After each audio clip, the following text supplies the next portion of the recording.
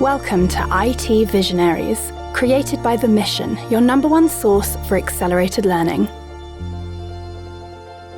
In this episode of IT Visionaries, our guest is Amber Baldet, CEO and co-founder of Clover, and one of the leading voices in enterprise blockchain. Formerly a blockchain program lead at JPMorgan Chase, Amber spent 3 years working with some of the world's largest enterprises to understand how blockchain can drive business transformation. She left to found Clover, a company that is solving a huge problem: how businesses can build blockchain apps easily and at scale. In this episode, we deep dive into blockchain for the enterprise, building blockchain apps, cryptocurrency, and some of her favorite blockchain applications for the near future. IT Visionaries is brought to you by the Lightning Platform by Salesforce.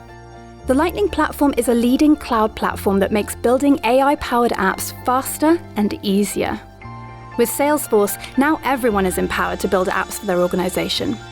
Learn more at salesforce.com/buildapps. Welcome to another episode of IT Visionaries. We have an amazing guest today. We're going to be talking about blockchain and how you can use it in the enterprise, plus many other things involving blockchain, which obviously is a hot topic these days. You know, we have a lot to discuss, and you are one of the experts in blockchain out right now. You have a startup, Clover, that you're the CEO of. Tell me a little bit about Clover.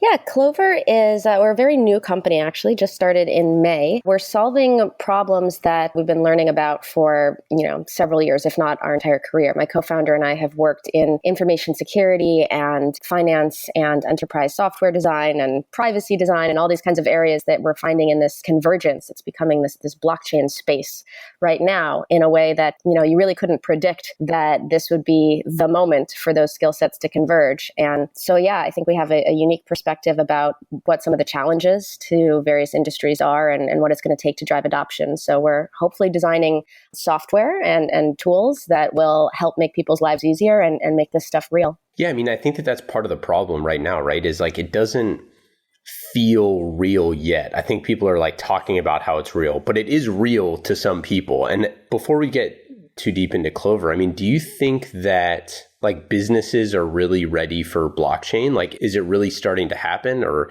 is it kind of hype at this point? I think it is starting to happen. I think our expectations are very high because, well, not only because of all of the press releases and consulting firm white papers, but, if you were looking at a technology like artificial intelligence and something that you can deploy within a specific product line and then see what the results are and iterate on it relatively quickly within your own organization, you can see how that might mature at your own pace. But when we start looking at distributed or decentralized technologies that require different parties to come together and kind of create a network and bootstrap this thing before it really starts demonstrating value, it's a hard lift to say that we're going to do an entire infrastructure modernization project when you're not even really sure what the business benefits are going to be yet. Yeah, I mean, I think, part of the issue is that I think there's just a lot of, apprehension kind of at the top levels and kind of confusion about what the applications could be. Like, what are some of the industries where you think this could really be kind of an easy win, or industries where it would be such an obvious kind of use case that they'll kind of lead from the front, or folks that are doing that right now? It's really a spectrum. The way that the technology as it is today can mean many things. And you see various companies now that said they were blockchain companies and now say they're distributed ledger companies that, tomorrow will say they're distributed data companies.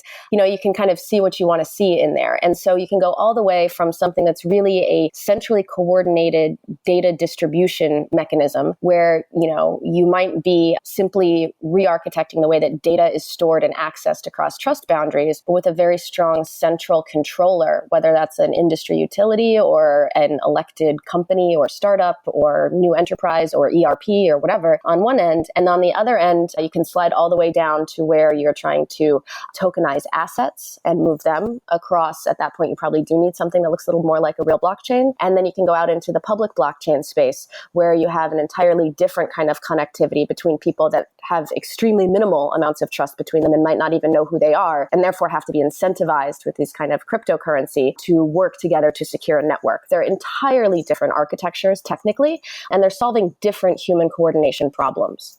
So what about something like banking or manufacturing or those industries that, historically have been, I don't want to say non-innovative because there's tons of innovations happening in those, but I think that things where, blockchain might either be a really obvious fit or maybe not as obvious of a fit. Yeah, and I think why I kind of delved into the technology there in just such an agnostic way across industries is that it really does kind of feel like an internet-connected database. And in that, you can see whatever it is you want to see or build whatever you want to build. And so the earliest applications, we did see more in the finance industry because I think they were kind of teed up to it because of the potential disruption of public cryptocurrencies like Bitcoin. They were paying more attention early on. And then the intellectual leap to settlement of other types of financial assets, that's when got the it's blockchain, not Bitcoin kind of thing back in 2015, 2016. That took off. And so the education system started earlier there. Almost immediately, people started talking about sharing medical records within the healthcare industry, and then the supply chain use cases as well. So again, we're talking about bringing together collections of entities where they need to move data between themselves, where historically you needed some sort of centralized escrow agent or intermediary to make the handoff. A lot of times that was to preserve privacy between different entities that shouldn't necessarily have access to each other's records, but they all decided to trust one collective third party. And we can see how that's worked out in situations, like Equifax and others. The more of these kind of data lakes that we create, the more technical risk that we're creating. So the ability to unbundle that data is really relevant across any industry at this point. Yeah, I mean, for the enterprise, it seems things like you're talking about with the data lake, where you have a huge amount of information in one area that someone is holding for both sides, where there's just multiple opportunities there for there to be a breach, right? It's like data has to go in, data has to be held by this entity, and then data has to go out. Not only are there, opportunities for the actual companies whose data it is, but also, like you said, with Equifax, you're talking about they have everyone's stuff. How would the blockchain be able to kind of like be the ledger for all of that information in a way that's more secure than what's out there now? Mm-hmm. Well, hopefully it's not by trying to dump all of that data onto some sort of blockchain itself. I think that's a terrible idea from a data privacy standpoint. But using a blockchain or a distributed ledger as this kind of connective tissue between different decentralized data stores, that can get really, really interesting. And at that point, you're shuttling around pointers to information that's still either stored off-chain in a more traditional database, or over time, probably more permission chains that are kind of connected to each other. If you look at the way that the internet evolved, people were standing up their own e-commerce site or writing their own little mini blog or publishing their own news. You didn't get 20 companies that came together and said, why don't we create a full supply chain before we launch an e-commerce site? It's probably going to be a similar kind of organic evolution of each institution trying to solve a real business problem that they have. Perhaps that's simple auditing for fraud prevention. Maybe it's decentralized document signing within your own organization or across your own sub-legal entities. I mean, there are a lot of things that you can do without needing to get together 20 different banks or healthcare providers, what have you, around a table with a bunch of lawyers before you decide that you're going to start the development process. And fostering that kind of organic growth and innovation will make it a lot easier to really innovate across the industry if you think of a blockchain more as that kind of connective tissue than the destination for everyone's shared data. Yeah, that's great. Switching to apps, like kind of walk me through how companies could create blockchain apps. What are the steps that would go into that? And obviously there's not one, single way to do that, but how would companies look at creating blockchain apps for certain use cases? Right. I think that the idea that these applications need to be as fully featured as today's current applications, there's this idea that you need to recreate everything within smart contracts and replace every bit of code that you've ever written. And that's really dissuasive, very expensive, and also very error prone, given that it's very difficult right now to patch and modify and roll back anything that happens in a blockchain. I mean, it's immutable by design, right? So instead of thinking about it as like a new web app that we're trying to launch, at the enterprise level, it's more likely that we'll see very terse, small kind of what are called smart contracts. And a smart contract is really just a record of state mutations that are stored immutably such that anyone can replay through all of these state transitions and end up at the exact same endpoint. So you achieve consensus about where we are in this state machine collectively. Now that's a very low level way to look at it, but those transitions could be steps in a workflow or in a business process or in a document management system or in a post-trade derivatives lifecycle. It could be almost anything.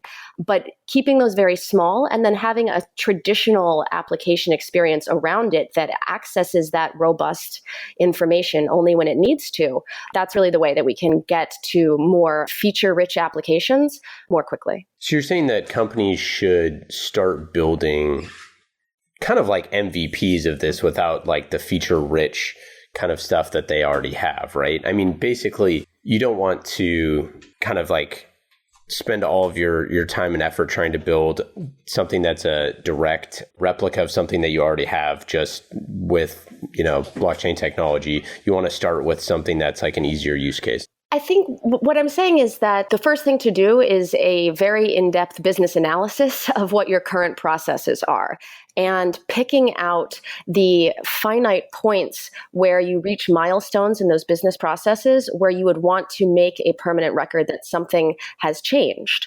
And then those are the processes that you ensconce in a smart contract or distributed application because you're trying to update someone else across the trust boundary again, that this state has changed. This has gone from pending to completed, right?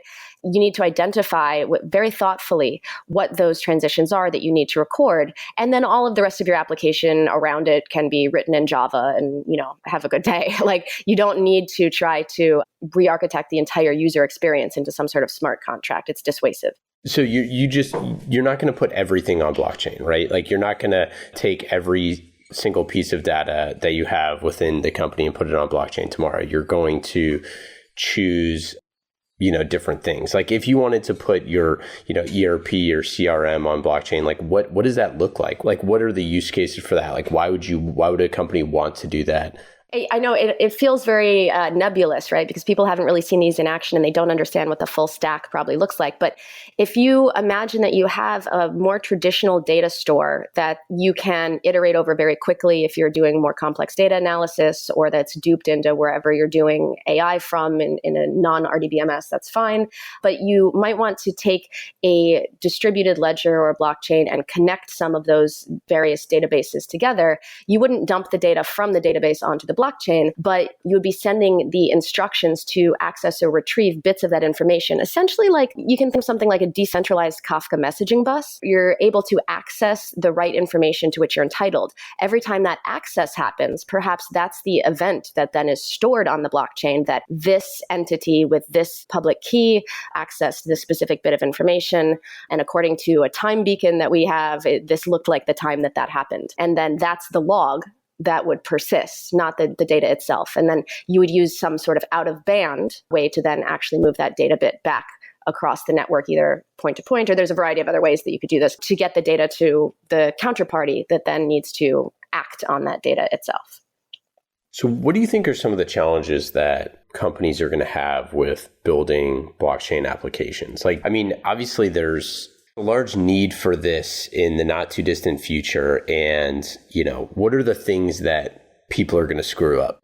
I mean, lots of things, I'm sure. We'll see. Most of the code that's being written right now is probably going to be throwaway work in 3 years. I mean, the underlying protocols are evolving so quickly, and there's too many of them. There's no standardized kind of TCP/IP of blockchain at this point. Yeah, it's a bit of a mess out there. So it's worth experimenting with, but you need to be cautious of how vendor sticky you become, or you might end up with, the Betamax of blockchains in your organization. So hold on. Dive a little bit more into that, because that's really interesting. So just from a standpoint of like where you're building, what you're building on and things like that. I mean, so kind of what you're saying is like, if you were to choose a vendor that you're building with or something that might sound good kind of right now, but basically you're going to need to be out in the market and like checking out what's going on, what's staying up to date, because a lot of that technology is going to shift so fast that IT leaders or tech leaders just need to be aware of like the new things that are coming down the pipe.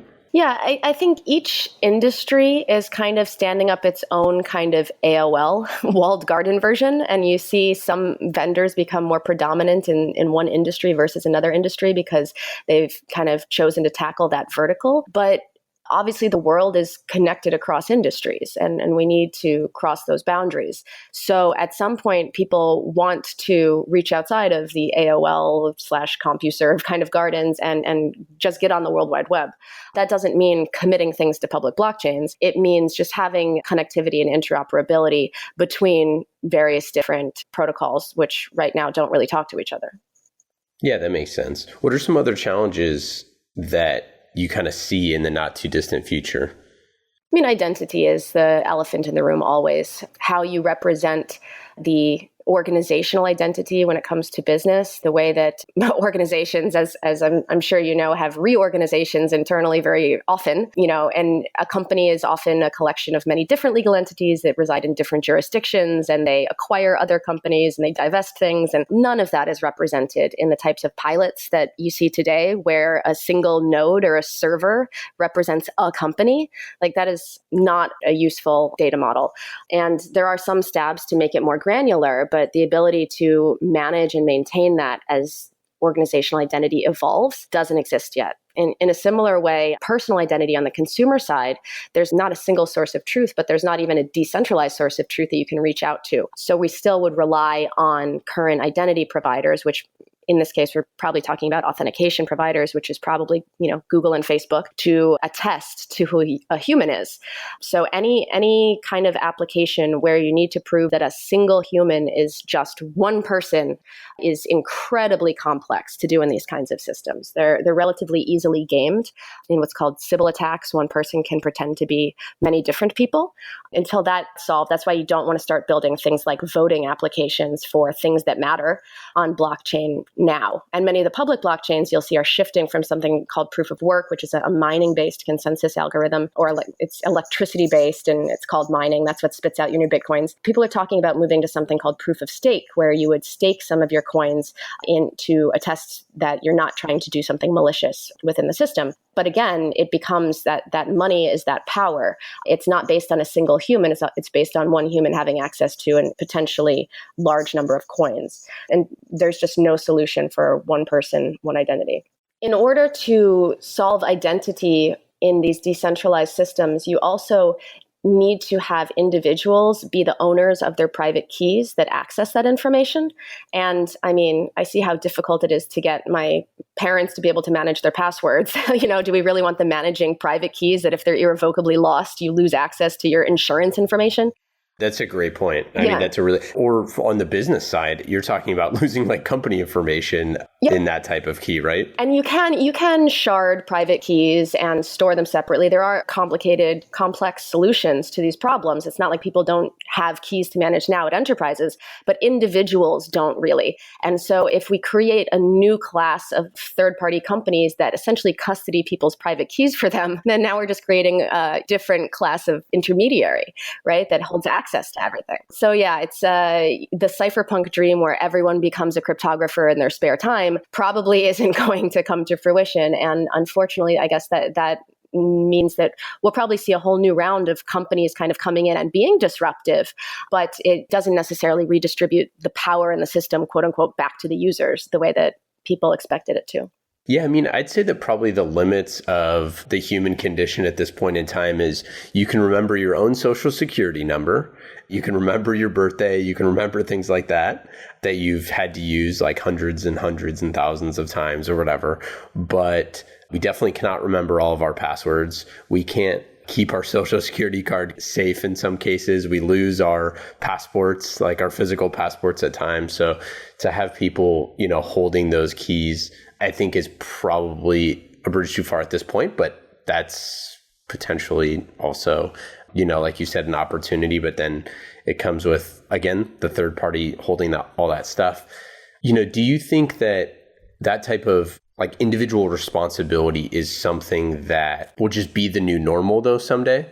Like, I don't think we're ready for it right this second, but, there's a possibility that, the younger generation of folks that like, that's just what you do. Like they view that the same way that you view a social security number or something like that. Like you just, I know where my key is. I know where all of my Bitcoin is or whatever the case may be.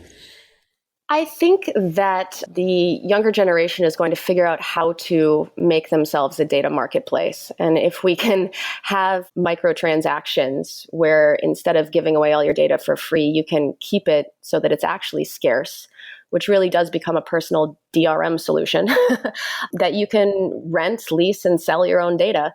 And that does sound onerous and terrible to a lot of people that probably don't have Instagram followings where they're trying to monetize likes right now. But I think that the younger generation is going to figure it out and make that thrive. Yeah, no, I mean, I think that that's a really good point, that those are the things that, we're coming. I was talking to a startup, Wi-Fi coin. I don't know if you're familiar, but the same sort of idea that it's like everyone has Wi-Fi available. Like, what if you could make money on your Wi-Fi? Like, what are some examples of some, applications or some things on the blockchain that you're really, really excited about? I think microtransactions in general are pretty interesting. So the ability to fractionalize interests in things, whether that's physical things or data itself, is really unique and new and innovative and going to create many different types of classes of applications that are about the primary management of originating those kinds of tokens and data, and then the secondary markets that can, trade and probably securitize them into other markets.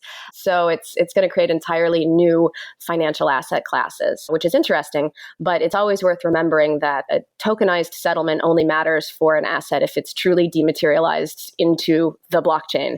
If something is a physical good like a house, it doesn't really matter if the blockchain says that you own the land title. What matters is physical occupation of that asset. We're not really able to obviate the need for the legal system, and the government will probably still continue to tell you who really owns what through force. Well, they'll be able to tell you when you owe taxes. That we know for sure. Yeah. If they're in charge of getting the tax money, they'll definitely find it. But imagine if you had a door lock. They have electronic door locks now. You can, automatically unlock it for Amazon, apparently over the internet, which is terrifying from a security perspective. But, if you had an IoT kind of enabled door lock and you were past due on your rent, would you become unable to access it immediately if that payment wasn't made, right? So we need to think about the potential downstream impacts besides walking up and getting your zip car very quickly because of the IoT-enabled lock. You have to think about the other people traditionally at the margins that depend on those couple extra days, that if we squish the margins and being able to enforce current legal agreements down to the wire, we could end up disenfranchising or hurting the most at-risk populations. What are some other applications then that you think are really interesting kind of going forward? I mean, it's always worth mentioning that cryptocurrency itself is a pretty useful application. It seems to be the only one that's actually out there in production people care about. Yeah, let's do it. Let's get into the blockchain and really dive into cryptocurrency, Bitcoin, Ethereum, all that stuff. It's actually a pretty topical right now because we're kind of in this lull. So you feel free to not, I never talk about price. So. Yeah, there you go. Feel free to not talk about price. But yeah, what are your thoughts on the cryptocurrency kind of like craziness that we've had for the past 18 months? It's been great to get a lot of people interested. And, this kind of ebb and flow has happened in the cryptocurrency markets for years. So every time there's more and more people that now know what it is. I mean, when I started doing educational classes a couple of years ago, and I would ask, how many people here have heard of Bitcoin? And maybe you'd get half the room. And how many people have heard of, literally any other coin? It was zero. And now it's just ubiquitous. I was at Princeton last week and I asked how many of you or a friend may have invested in some ICO, and over 70% of the hands went up. Were they college students, or was it like who was in the room? These were graduate students across a variety of different disciplines. And that was beyond just, owning Bitcoin, but actually had invested in some alternate ICO, which who knows how many of those will exist. But yeah, so, the capacity for censorship resistant payments is never going to go away. People want to pay people, and other people want to stop them from paying those people. And so that's a use case immemorial. As long as there is not free flow of capital and no capital controls globally as part of one world market, that's going to be a use case. But it's not a use case that resonates with most Americans or even most people just in the West. It is something that resonates in places like Venezuela or China or anywhere where traditional banking infrastructure is sparse. It's difficult to bank the unbanked sometimes with traditional financial services, but it's maybe a lot easier to just put a decentralized bank in somebody's pocket that never has to walk into a physical infrastructure kind of building and set up an account. They can just do it with their phone from day one. It's really fascinating because that's the use case that I just never hear. I hear it shared internally with folks that we're meeting with at the mission, but it's not a widely spread kind of use case. And I think that people are so quick to rally against, something new and saying like, oh, well, Bitcoin's never going to matter or blah, blah, blah, blah. And it's like, do you realize that, or like, oh, it's never going to be a use case? Like, yeah, we use USD. We got no problems, folks. Or, we don't have any problems right this second. But there are millions and millions of people in the world that don't have that opportunity. And I forget the exact person, but there was someone who had a group of, I believe it was Syrian women that were journalists, that they were paying them in a form of cryptocurrency. And I don't know which one, but literally they couldn't make, because of like their gender and where they were and a bunch of other things that were going on, they literally couldn't make money any other way. So they had to use cryptocurrency. It's like, go tell those people that it's not working, right? So, and again, I'm not saying that is like the answer or, anything like that, but it's a lens into what types of folks can use this technology for exponential impact.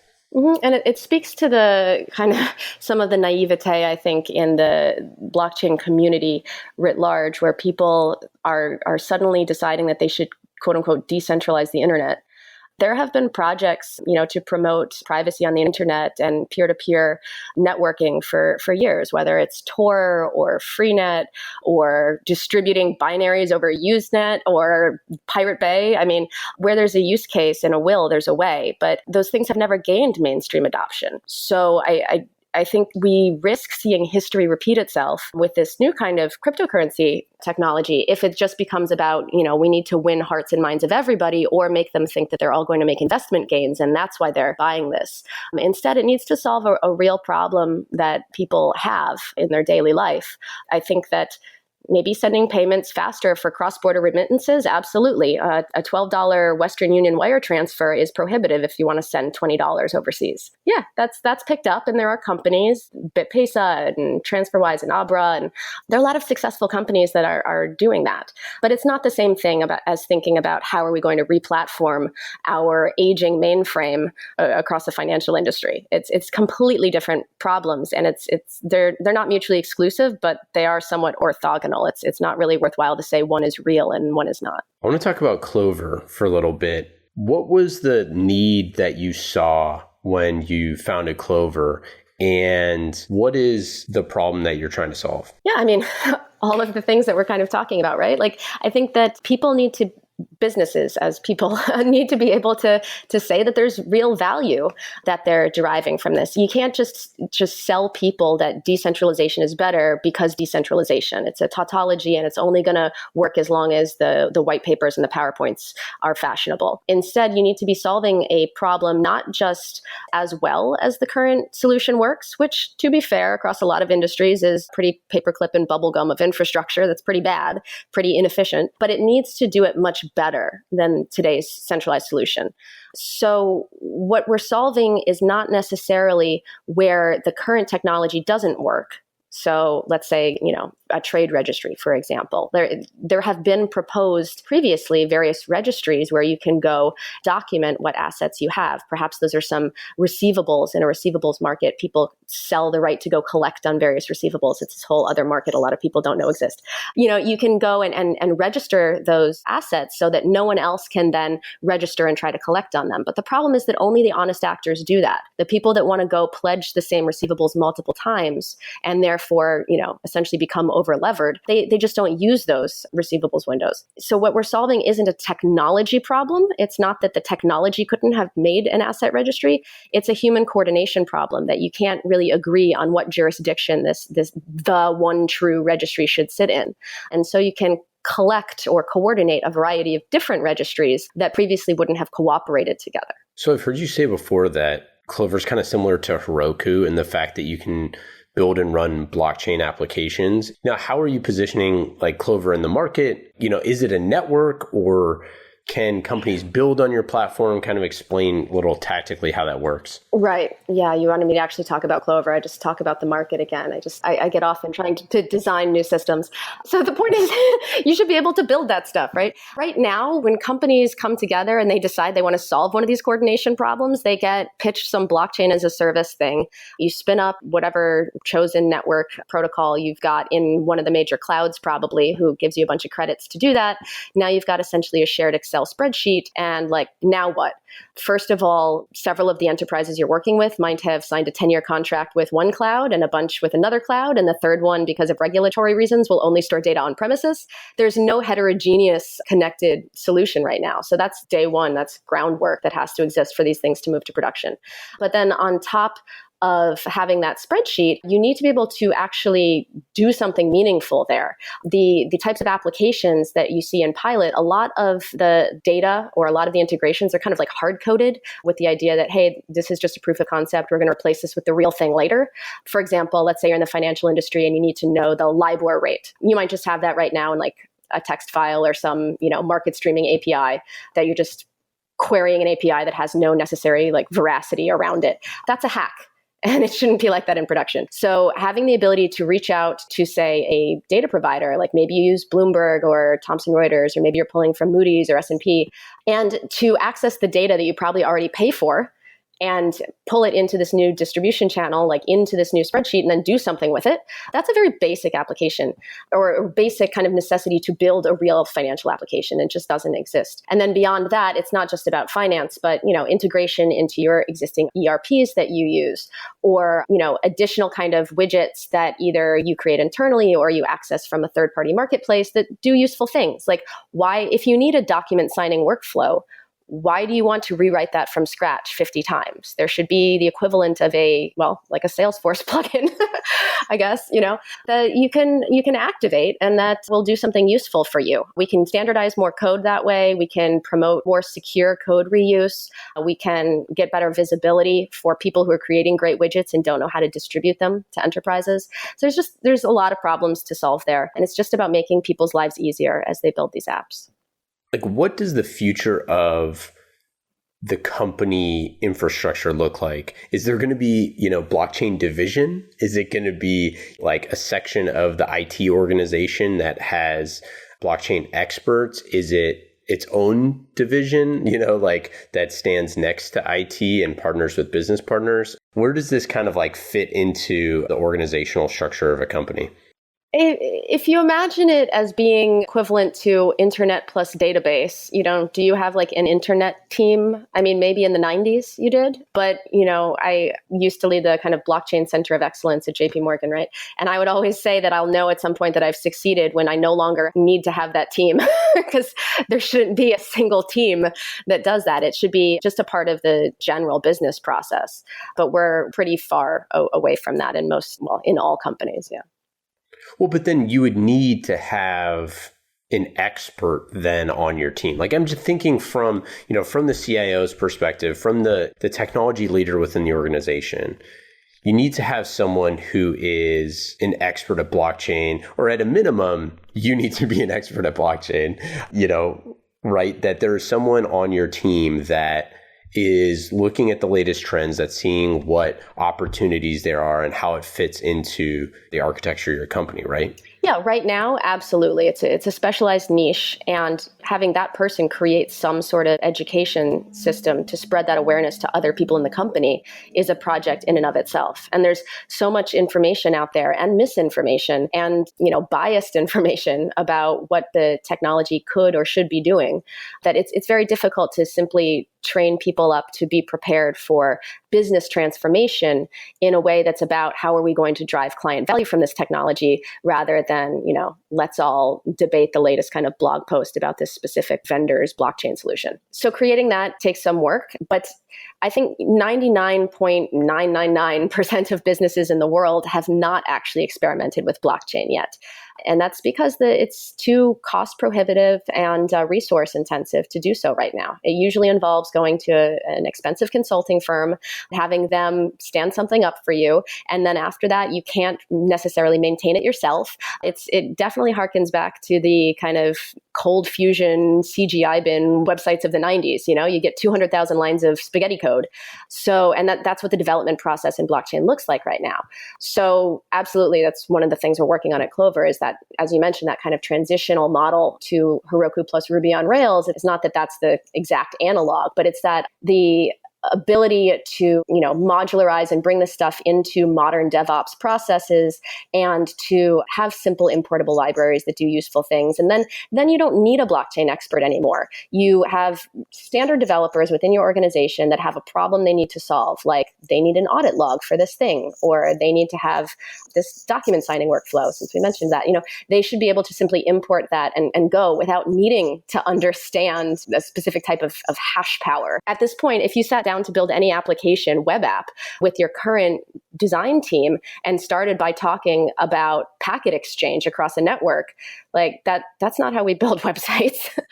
Yeah, so we're just not there yet. So then what does the kind of distant future look like? What do you think, the day-to-day life of your future customers look like? Ideally, end users should not experience a difference. If you're visiting a quote unquote decentralized website and it's fetching a file to show you from IPFS or Tahoe Laughs, these are like decentralized file stores, and it's showing that to you in your web browser, the only thing you're going to notice right now is that it takes longer than if that was hosted edge cached at a standard provider. Right? So right now it just feels slower. But once you see the document is the document. Most users are so abstracted away from that underlying architecture that's a hard sell to get people to understand what the difference is. Now, if you, on an individual level, if you can monetize people differently or use individuals' data differently in traversing that web experience, then maybe we can incentivize them to switch. From a business perspective, I hope that the applications will usher in a new kind of, or yet another chance to modernize our applications so that they don't feel like capital E enterprise software that's terrible to use and 15 menus deep, but that we can make them more delightful for people in their regular day. But that's really up to the design process, and it falls in with the rest of the digitization and modernization cues that you have. It's just, if you're transitioning to blockchain, maybe now's the time to catalyze revisiting those processes and making things a little nicer for everyone. That's it with the regular questions. Let's get into lightning round. Let's get some fast and easy questions for you. What app are you using on your phone that is the most fun? That's the most fun? Yeah. Well, I'm like an actual video gamer, so I'm like PC Master Race, so I don't really game on my phone. But I guess, if you consider yelling at people on Twitter fun, then probably that. What's your favorite time-saving tool? I recently started using Superhuman for my email, and it is actually very good UX workflow. So props to them. It's a pretty new startup, and they've got some really good tools. Interesting. I'll have to check that out. I'm always curious in that. What's your favorite use of AI or chatbots that you've seen recently?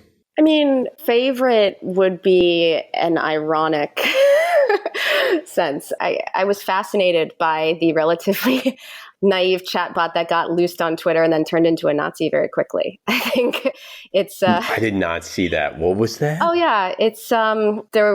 I don't want to name a bunch of names here. You can certainly Google it if you want to find out the full story. But yeah, I mean, the training data that informs most of our machine learning and AI models is problematic. Whether that's training mostly on open source data, which means that you're accessing data sets that are in the public commons, which means that they're older than, X number of years, which means that they're probably skewed in the way that they represent people or the types of words that they use, to looking at past winners of beauty pageants to predict future winners and determining the pretty blonde white woman's always going to win. We run the risk that we are offloading the ability to decide what's true to them. And we see what computers spit back to us as being very truthy.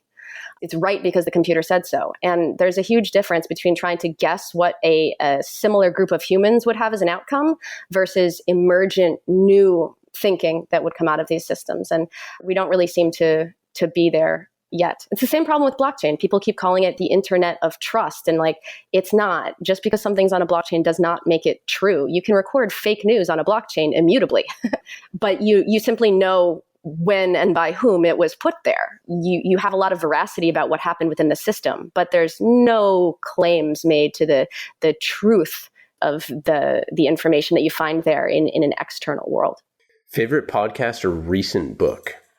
Podcast, if you're looking for blockchain-y things, I think Laura Shin's Unconfirmed and Unchained, there are two different ones, are both quite good.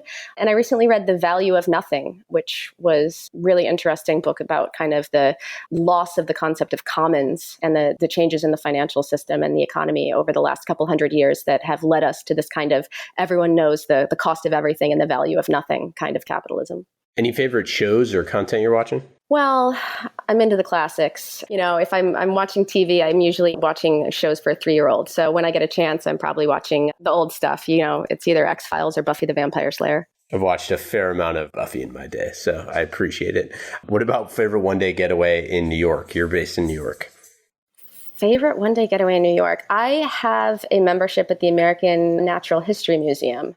I was just there last weekend. It's awesome. That's the best thing about New York, right? Is that there's just anything that you want is here and at huge scale. So you can really kind of spoil a kid when you can show them dinosaurs every time.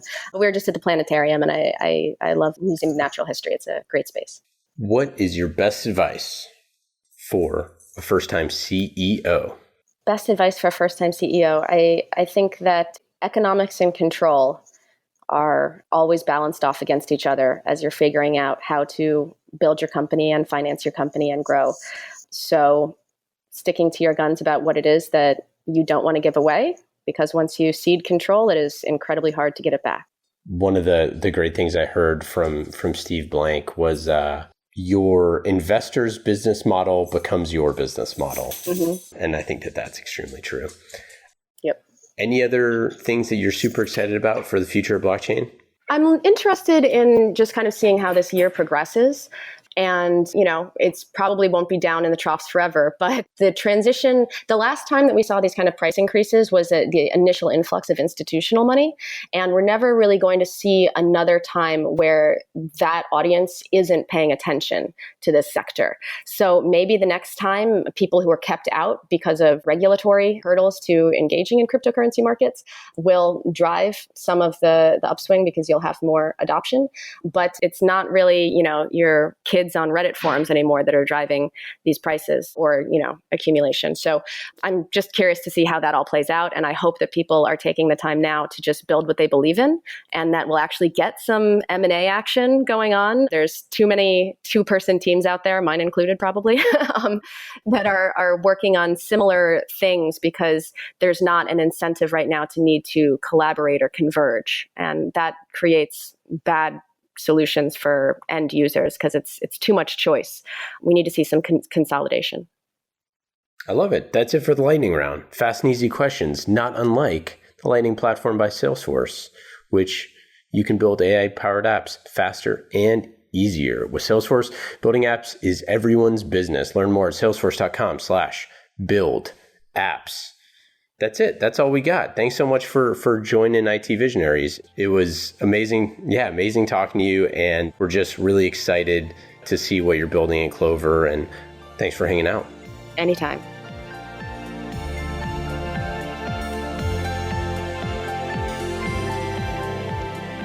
Thank you again to our friends at Salesforce.